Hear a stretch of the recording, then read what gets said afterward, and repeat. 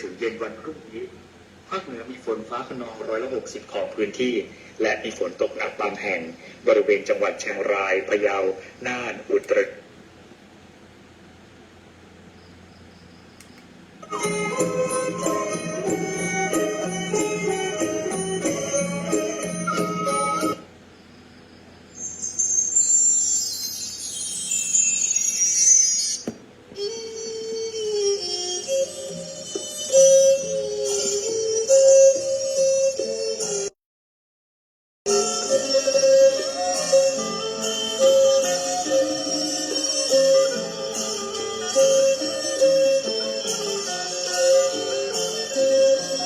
10 นิ้วข้าพอไว้ตาจักริษนาแต้มแต่งใดหูหันปันแห่งประวัติโบราณบ้านเมืองนามมาก่อนว่าบ้านป่าจันสมัยก่อนนั้นเป็นป่าไม้เสือเหลืองประเดียวการฝูงเฮืองวัดว่าน้องเฮืองศีลธรรมล้ำเลิศ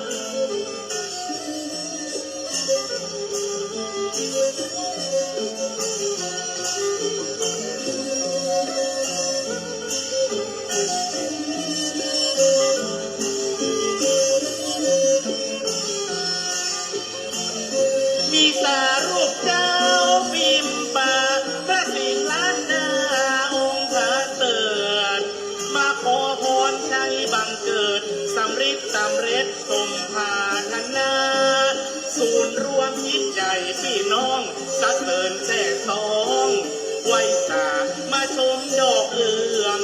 สินผาอลังการตาทุกสิ่ง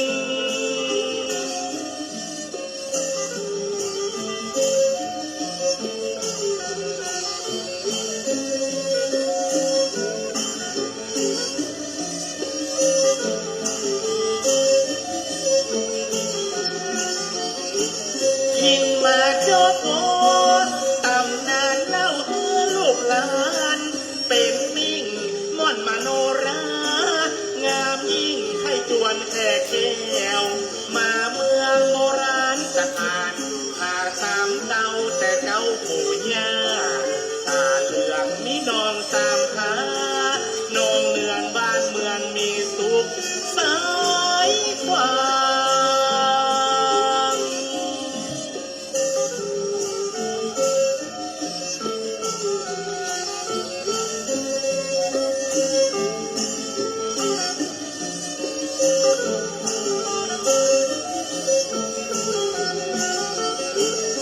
มีอ่างเก็บน้ำไว้พักผ่อนหย่อนใจ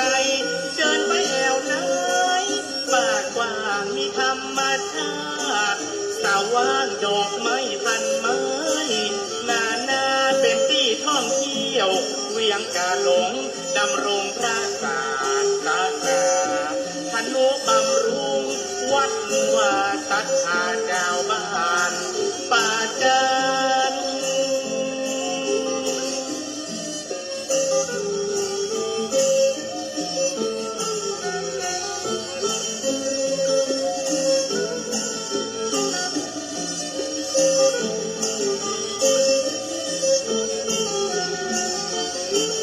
ชุมชนมีคุณธรรมโน้มนำคำสอนตั้งมั่นเศรษฐกิจพอเพียงนั้นสืบสานและพัฒนางามประเพณีล้านนาสืบสานกันมางามตาน้ำห้วยไหลรินทานาชื่นชมอุราล้ำเลิศ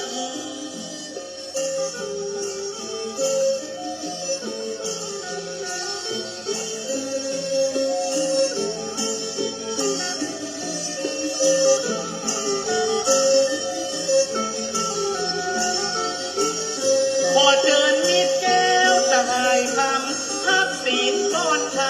ำประเสริฐนวัดดอนจันทร์ล้ำเลิศเมื่อมาแอวเมืองเสียงไห้ขอให้ท่านอยู่ดีมีสุขสนุกสุขเถินนักขายเจ้าบ้านป่าจันทร์ยิ่งใจตอนห้ามต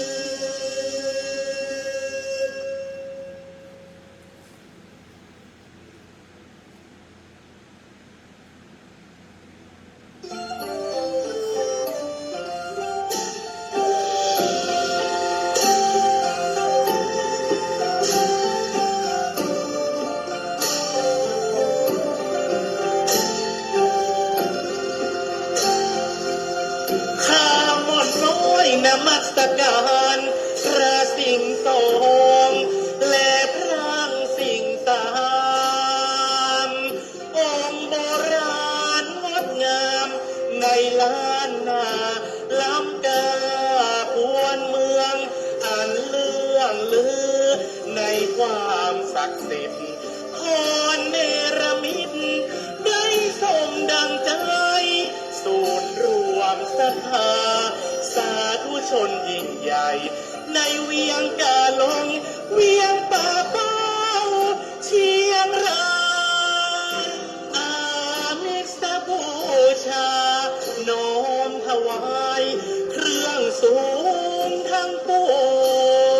วงบูชาบวงสรวงพระสิงห์แห่งวัดดอนจันทร์เรืองรายทูปเทียนดอกไม้ข้าวมินสมปล่อยน้ำสุขันธาสององค์เป็นมิ่งดุริยดนตรีกวีทุกสิ่งฟ้อนรำอ่อนหวานถวายบุญทานประเสริฐยิ่งแล้วได้สาธุการกราบไหว้บนบานพระพุทธคุณบุญพระสิงห์เจ้าการจุนเกื้อกูลสุขล้ำดวงฤทัยมิ่งมงคลชัยเงินทอง ก็ขอธรรมะสวัสดีมายังศรัทธาญาติโยมพุทธศาสนิกชน พุทธบริษัททุกท่าน เจริญพรมายังปะอุ้ยแม่อุ้ยลุงป้านาอาศรัทธาญาติโยมสาธุชน พุทธศาสนิกชนเด็กละอ่อนเยาวชนนักเรียนนักศึกษาตลอดถึงผู้สนใจในทางธรรมเข้าสู่ช่องรายการของธรรมะบันเทิงใจของทางสถานีวิทยุกระจายเสียงแม่ขจารย์โมเดิร์นเรดิโอ FM 94.50 เมกะเฮิรตซ์ได้ลิงก์สัญญาณไปที่ 98.75 เมกะเฮิรตซ์วัดห้วยตองซักเรดิโออำเภอจอมทองจังหวัดเชียงใหม่และในเครือข่ายคลื่นสีขาวประชาประชาก็ตั้งแต่เริ่มต้นรายการตั้งแต่เวลา 18:10 นาทีก็ขออนุโมทนาญาติโยมทุกท่านเป็นกำลังใจตลอดถึงในการติดตามรับฟังการจัดรายการธรรมะของทางสถานีโดยตลอดถึงการไลฟ์สดผ่านทางเพจรายการธรรมะบันเทิงใจและก็ทีตาวุฒศิริพิขุอันนี้เป็น Facebook ส่วนตัวอาตมาภาพอนุโมทนาติดตามทางผ่านทางไลฟ์สดก็มีโยมสสิธรป่ามีคุณโยมแม่ปะดามินเนาะ แม่เป็นยูฝางเนาะตอนนี้โยมแม่ยุพินหอมมาลาแล้วก็โยมแม่อาจารย์กิติคุณจากโรงเจสีพลอยแล้วก็ตลอดถึงคุณโยมวิภาคาเป็ดเนาะอันนี้เป็นโฮมเปอร์เซียโฮมปู่วัดอันนี้ก็ติดต่อได้นะไข่ตีจะปูพรมมาอย่างพรมนะปรึกษาจบทีเดียวนะเปิดเกาะได้ติดตามฮับฟังโยตั้งวัดตั้งวาเกาะการมีงานเกาะเอินจ่าหาเปิดเกาะขายพรมขายพรมขายวอลเปเปอร์ครบวงจรเปิดติดตามฮับฟังทางเพจรายการธรรมะบันเทิงใจตลอดถึงสถาทุกท่านโอ้ปะเยาโดยป้านงเยาอันนี้จากสันทรายเนาะอยู่ที่ไหนเขาก็ฮับฟังกันได้อยู่ใกล้อยู่ไกลบัดสำคัญขอใจมาถึงกันปอเนี่ยบางพ่ออยู่แถวกรุงเทพกรุงไทยอยู่เมืองนอกเมืองนาก็ติดตามรับฟังกันได้เวลานี้ก็เป็นช่วงที่2ของรายการธรรมะบันเทิงใจอีกสักครู่ก็จะได้เปิดสายสนทนาหน้าไมค์กับศรัทธาญาติโยมแลกเปลี่ยนข้อคิดคติธรรมหรือความรู้ทางธรรมะหรือท่านใดมีข้อสงสัยอย่างต่างๆก็ติดตามหรือสอบถามได้โอ้แม่สายบัวหวังเจริญมันก็ติดตามตั้งเพจเนอะอันนี้ศรัทธาสันบ่เมาน่ะ ศรัทธาตังสันบ่เมาน่ะแม่ว่าฟังแล้วม่วนหูม่วนใจว่ะ ม่วนเสียงบิดรถเขาอันนี้ อันนี้โยมแม่สายบัวหวังเจริญเปิ่นก็ได้ติดตามรับฟังโดยตลอดนะติดตามรับฟังโดยตลอดจนถึงโอ้พระอาจารย์สุชาติอันนี้พระอาจารย์สุชาติเนาะวังเหนืออนุโมทนาเนอะท่านอาจารย์ ได้ติดตามรับฟังเป็นกำลังใจเนาะหากว่าผิดพลาดอย่างประการใดก็ต้องขอสุมาอภัยกับครูบาอาจารย์อย่างตัวคือคำแนะนำชี้แนะชี้นำได้ตมาภาพได้หรือว่าผิดพลาดในทางธรรมอาจจะบรรทุกบกพร่องจะได้ต้องขอสุมาอภัยรับฟังทุกข ข้อคิดเห็นทุกคอมเมนต์ถือว่าเขาได้เป็นส่วนหนึ่งในการเผยแพร่ธรรมะก็บ่ได้รู้เถือทุกเรื่องเป็นผู้ที่กำลังฝึกอยู่ ฝึกได้แนะนำได้นะพระเจ้าบรรเทานี่สบายเนี่ย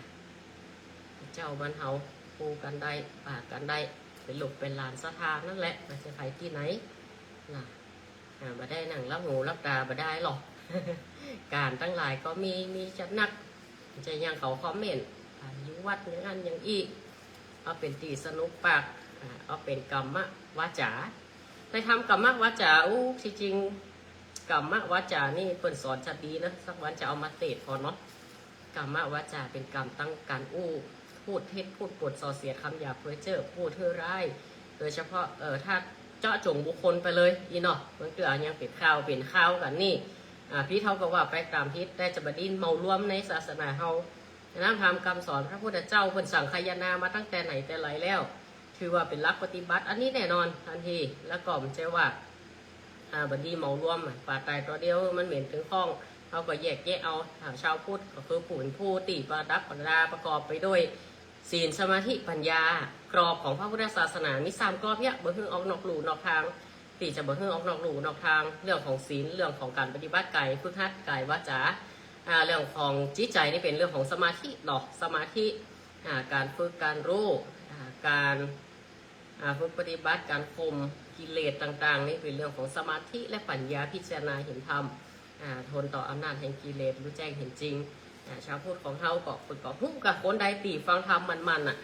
อะไรจะเกิดขึ้นก็ย่อมบัสะทกสะท้านสะเทือน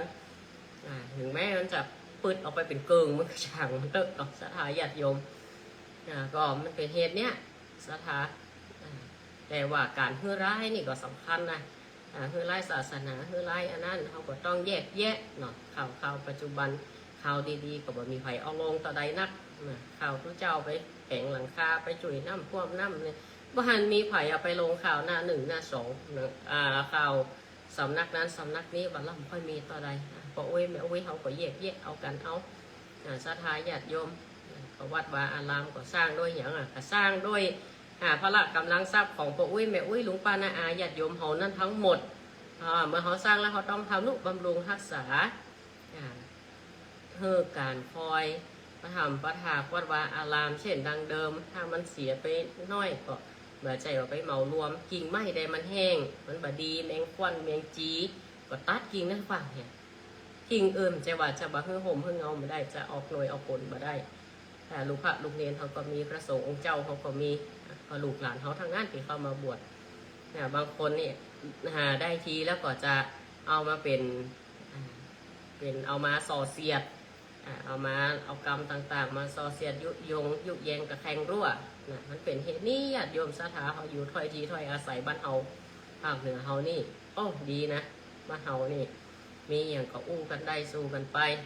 พิษประวัติพิษอันใดที่แนะนำตักเตือนกันได้แนะนำตักเตือนกันไปเนาะญาติโยมแสดงความคิดความเห็นในอย่างกันได้เนอะตอนนี้ก็จะเปิดสายหน้าไม้เพื่อท่านตั้งหลายได้โทรศัพท์เข้ามาในรายการธรรมะบันเทิงใจที่0963458026อนุโมทนาโยมแม่อุไรวันสันติการโยมแม่ฮับฟังผ่านทางไลฟ์สดหลายผู้หลายท่านเนอะมาเดียวนี้เนาะอยู่ในก็ฮับฟังกันได้เนี่ยเขามีทุกอย่างข้อมูลข่าวสารอยู่ในมือถือเขาหมดมาเดียวนี้นะดีกับมีเนี่ยบ่ดีกับมีเนี่ยมันอยู่ติดตัวบุคคลเขาหรอกบางคนนี่หุ่มไปตังดวงว่ะก็เข้าดวงกับกลุ่มได้หุ่มตั้งได้เขาก็เข้ากลุ่มนั่นน่ะกะชิ้นหูกับเขาแต่มันอยู่ที่ไหนอยู่ที่บุคคลคนนั้นน่ะจะเอาไปพอเรื่องอย่างมั่งพอข่าวสารสาระอย่างต่างๆบางคนก็กลุ่มขื่นสีขาวพอไปกีดไปการที่ทันที่นี่เปิดไปร่วมงานกันวันนี้ทุลุงจอมพอเปิดจัดงานเนออีน่ะก็ขอแสดงบุทิตาจิตโดยกับหลวงพ่อพระครูปฏิพันธ์ธรรมทินในการทำบุญอายุวัฒนมงคลโดยในวันนี้กับผมนั้นก็ไม่ได้ไป เพราะว่าติด2อย่างนั่นแหละศรัทธาวันนี้นะก็ติดส่งน้ำพระประจำวันที่วัดสันติการามห้องนอดก็ในเขตตำบลเดียวกันเนาะก็แล้วก็มีงานเขาดำที่บ้านตัวเสียวันนี้อีน่ะก็เลยยังไงตั้งส่งเขาก็ดีไปตั้งบ้านเขาก็ดีเอาก็ดีช่วยเพื่อคูณกันก็เลยแบ่งกันคนเกินกลางไปห่วมแล้วก็อันนี้ปิกมาทำพิธีตอนเตี้ยงศรัทธาญาติโยม เขาอยู่ด้วยการเป็นสังคมนี่เขาก็ขยับขยายหากันนะเนาะสถาเจริญปอน สวัสดีค่ะสันตลัดเจ้าแม่ฟังโย โอ้แม่วิเฮือนเนาะ เจ้าจะเขียนดีเนอร์ อนุโมทนาแม่อุ้ย ตอนแรกไม่จำตอนแรกไม่ฟังจะจำจะฟั แต่ ง โอ้โหตังพูดฟ้าแต่แม่แต่ ไม่จ อ๋อตังเพ่นี่มืดอยู่ แต่ก็ตกยั่งแม่วันนี้นะเดี๋ยวแดดเดี๋ยวตก ำนั่นนะจ๊ะ อนุโมทนาเนอะสาธุสาธุแม่รักษาสุขภาพโดยอนุโมทนา วันนี้ตัวไม่เอาเข้าค่ะ วันนี้ตู้ไม่ได้เข้ารายการเตื้อโยมแม่ถ้าจะวันผูกก็เนอะแม่อุ้ยเนอะอนุโมทนา อันนี้จะเหลือเนอร์ สาธุสาธุสายต่อไปแม่ไล่แม่ไล่สันทรายเวียงป่าเป้า อันอาจารย์อันนี้ไหนไหน ทุเจ้าใหม่ติดธุระวันนี้ขอขึ้นไปห่วมกันสวดมนต์ทำวัดแม่วันนี้วันอาธมีบูชาเนาะเดี๋ยวแล้วนี่ก็ไหวไปพอเอียงพอบอกไฟดอกของหนอดนะเนี่ย มันแข่งบอกไฟ เอาด้วยกัน แต่งจ้างก็หุมพร้อมได้กำลังบอกขยมมา ถ้าเขียนนี้เนอร์เจ้า อนุโมทนาโยมแม่ไม่ไร อะไร นั่น เจ้า สาธุสาธุ ติดวันนะเหมือน โอ้เหมือนกันนะอันนี้กินยาฆ่าเชื้อได้3-4 วันวันนั้นก็ว่าจะไปวัด นี่แหละ2 วันแล้วเนี่ย น่าแม่วันนั้นก็ไปคลินิกได้กินยาฆ่าเชื้อได้มา3-4 วันละก็ยังแฟนจะเป็นกังโกนมาละเองนะก็มาได้ไปวัดเจดินสักกรรมกลุ่มขืนสีขาวเพิ่นนัดกันวัดไปร่วมงานเขาดำที่วัดท่านมหาวิษณุเป็นมรณภาพเนาะก็เลยฝากครูบา40,000ไปเหียไอ้นะเดี๋ยวมีโอกาสก็จะเข้าไปแห่ใหม่เมื่อยแม่บางก่อนนะ น่ากระเบื้องออกนะเดี๋ยวขอเจ็ดพันนู่นนะ อากาศมันเปลี่ยนไหม เจ้า อย่างไรก็ได้อะเนาะ แต่ต้องเจ้าไม่ได้ไปไหนกับฉันเนี่ยเห็นว่าเป็นไอ้ รัก เจ้า ษาสุขภาพก่อนเนอะแม่เนอะ เจ้าไว้สาเจ้า อนุโมทนาเจริญปอนสายต่อไปธรรมะสวัสดีเนอะ ไว้สาเจ้าค่ะพระครู เจริญพรแม่เอ้ยจากวังเหนือเนาะ เจ้า น่าจำเสียงได้อย่างก็โยมแม่ ฝนตกขอเจ้า โอ้ตกยังเดี๋ยวแดดเดี๋ยวฝนแม่ วันนี้พอดีตกตัวตอนเดี๋ยวนี้แต่ผ้า ตะกี้กำลังแมบนะ เจ้าวันนี้กระจ่างจะน้องสั่งพระครูนะเราพูดของเขาเนี่ยเป็นลักเนาะ แม่เห็นแล้วแม่เขาไปยึดบุคคลกันเนาะแม่เนาะเขายึดเอาธรรมะเขายึดเอาวัดวาอารามเนาะศาสนาเขาก็น้อยก็มีหรอกเนาะเดี๋ยวนี้เขาใส่ไฟขนาดนั้น นั่นน่ะที่หลงไหลอันอื่นนี่มันก็ถึงเสียละ น่ะแม่อนุโมทนาแม่เอ้ยเนอะ เจ้ากำลังใจนะเจ้า สาธุสาธุเจริญป้อนโยมแม่โยมแม่อุไรวันสันติการนี่เปิดติดตามตลอดเนาะใคร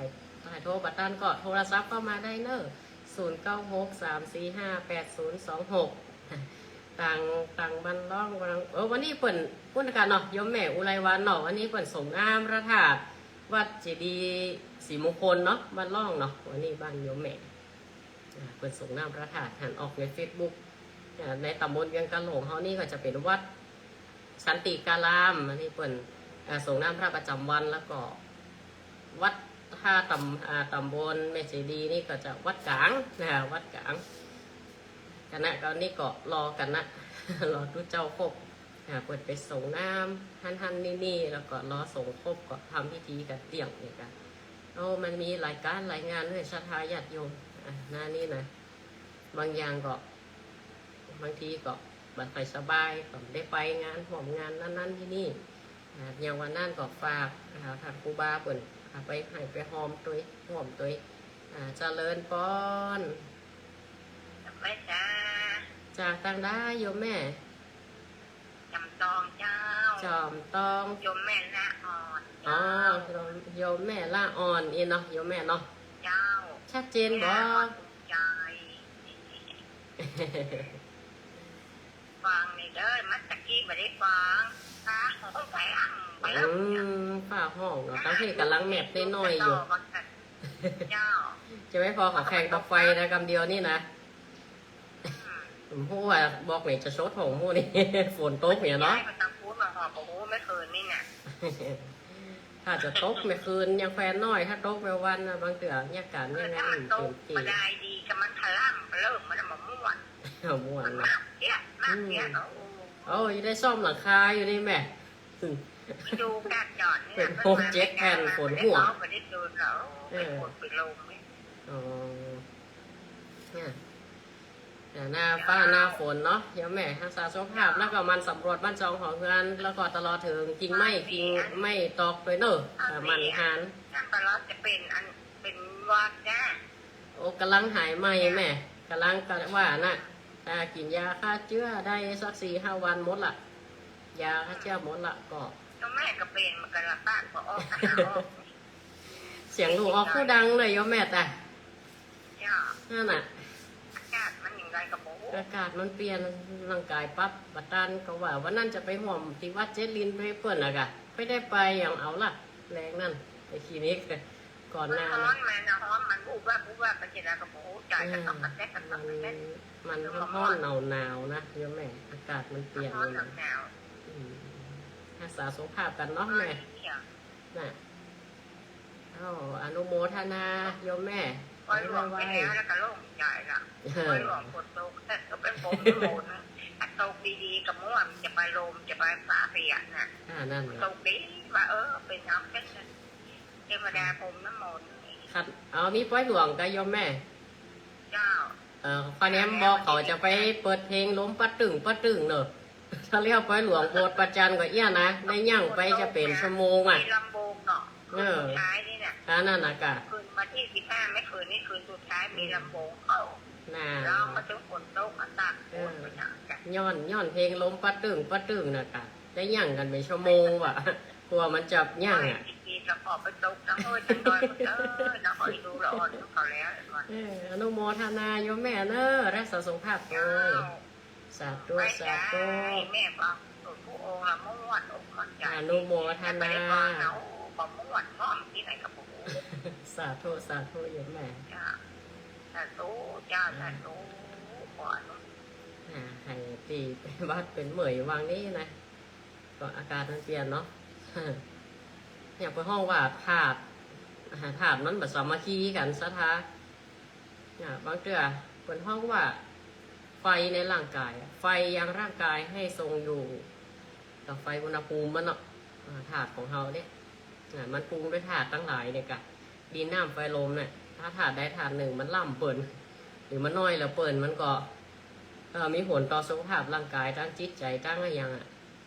แต่ยังถาดไฟนักล่ำไปก็เมื่อยก็ไข้มันหนาวมันซานล่ำไปก็เป็นวัดเป็นไอทำแล้วมันบัดจิรังยั่งยืนซักอย่างเราก็พิจารณาแป๊ะแล้วเนี่ย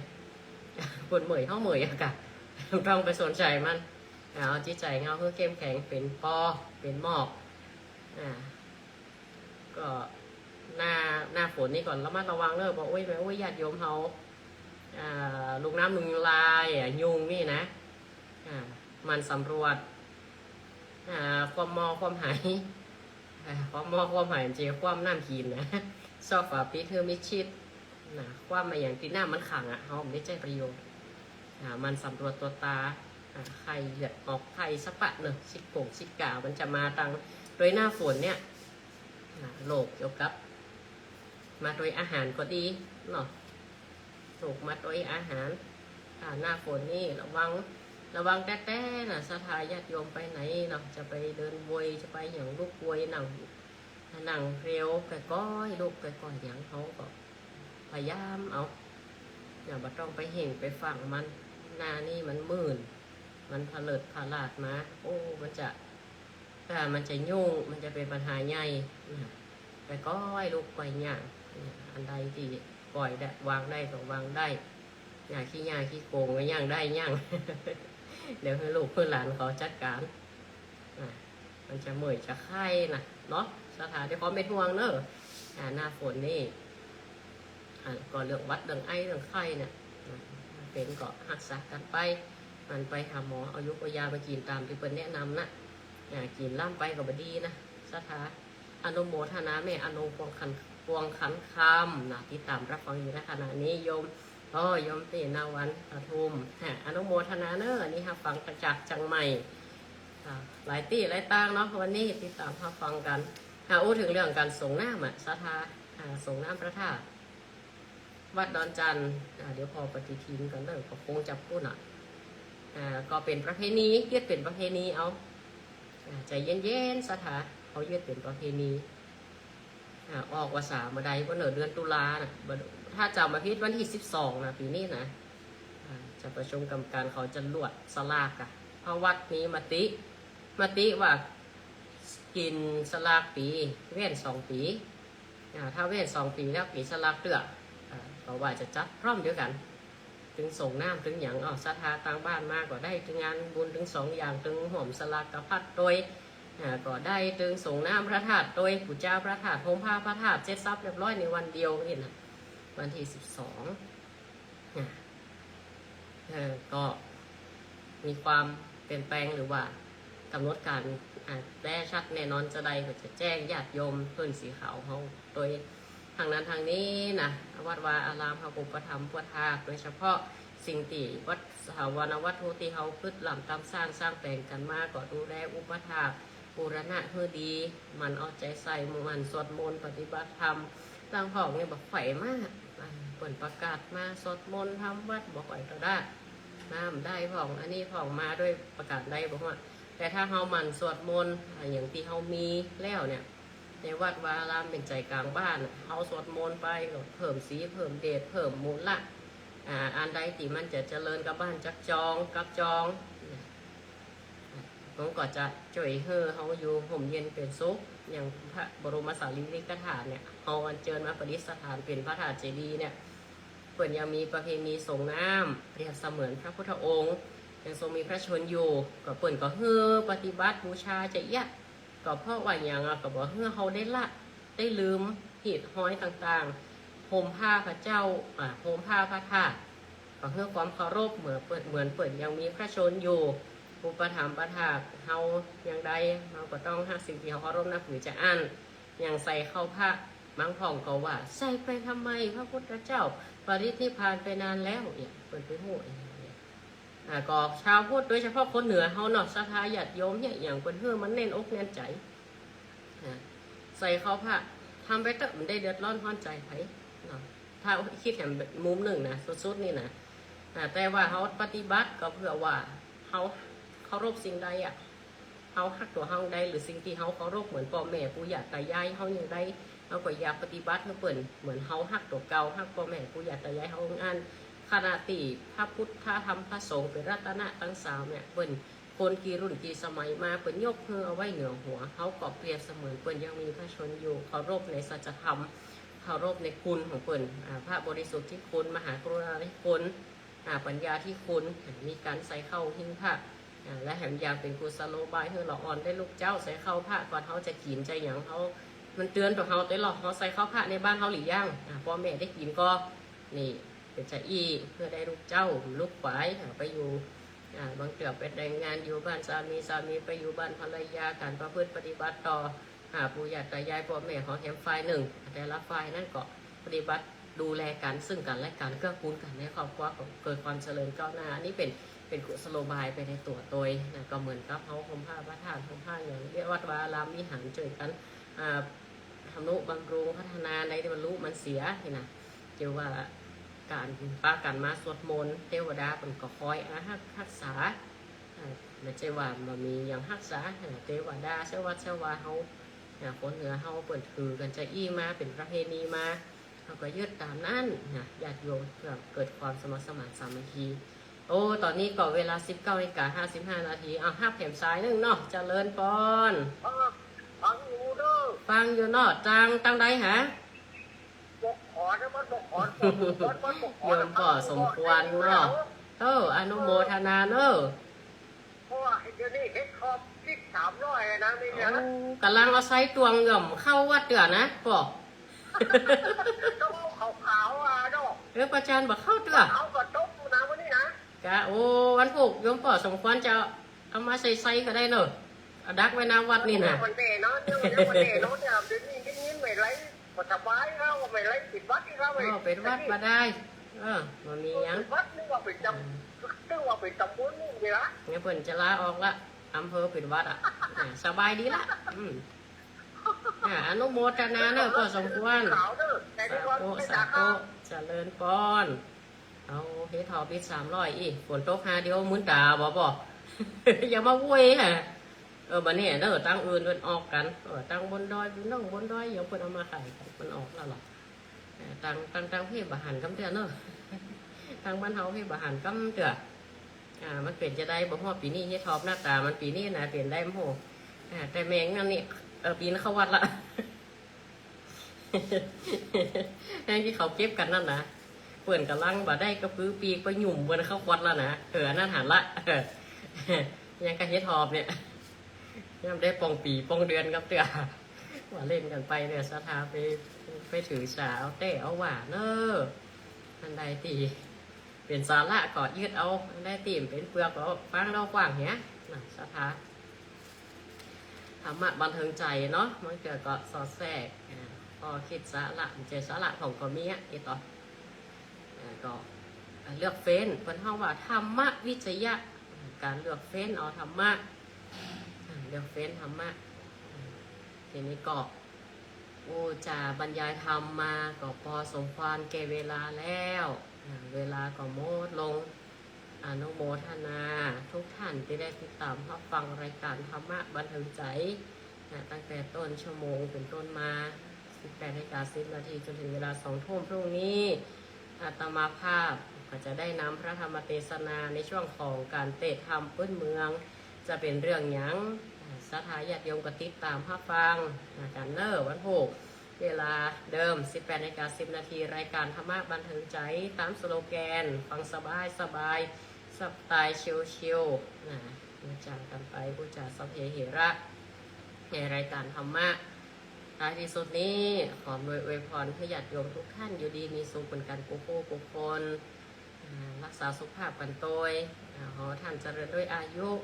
วันนะสุขภาละปฏิภาณธนสารสมบัติคึกกาขอได้เงินได้ทองสมกับมรรคผาธนาเห็นพ่ออุ้ยแม่อุ้ยญาติโยมทุกผู้ทุกท่านได้เป็นพ่อเลี้ยงแม่เลี้ยงกันในเร็ววันโดยการทำนุบำรุงพุทธศาสนาต่อไป แต่เราถึงขออย่างเดียวเนาะติภาตนา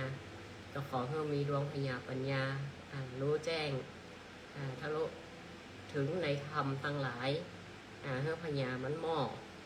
ถึงพร้อมด้วยตาลถึงพร้อมด้วยศีลถึงพร้อมด้วยภาวนาเพื่อให้เกิดศีลสมาธิปัญญาเกิดขึ้นในตัวของเรา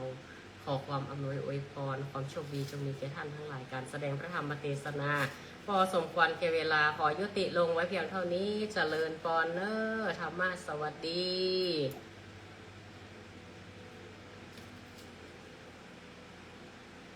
ผลบุญรักษาโชคลาภน้อง อนุโมทนาญาติโยมศรัทธาทุกท่านติดตามรับฟังในไลฟ์สดวันนี้บอกว่าจะเป็นเพจรายการธรรมะบันเทิงใจแล้วก็ Facebook วันนี้ก็ไล่ผ่านทาง iPad ครับทางสถานีสถาปกตินี่ก็จะเอาเป็นภาพหน้าปกเพราะว่าเพื่อนนี้ใจโน้ตบุ๊กในช่วงนี้ทำงานวิจัยก็เลยโน้ตบุ๊ก กลัวมันแห้งเนาะข้อมูลอยู่ในหันนักก็เลยกลัวมันหายก็เลยไล่โซดเป็นหูบมันใส่หูภาพแทนมาได้ก็เลยเป็นไล่โซดหันหน้าทุกเจ้าแต้ๆเนี่ยเองนะเวลาบรรยายทำโปรเจกต์นี้มันลำออกหน้าตัวใด เอาหูภาพแทนจะเอารูปภาพแทนเอาพอดีนี่กูเตือโหกตีทำเรียบร้อยเนี่ยอยู่ในโน้ตบุ๊กช่วงนี้งานมันน่าสะทาก็กลัวว่าก่อนเครื่องมันล้วนเพราะว่าข้อมูลอย่างต่างๆมันอยู่ในตัวโน้ตบุ๊กเครื่องเดียวเหรอคะกลัวรู้มาก็ยุ่งล่ะ งานสำคัญตัวถึงงานวิจัยว่างานสปะก็จะขอพักเบรกรายการจบรายการลงไว้เพียงตอนนี้เนอะธรรมะสวัสดีเจริญพร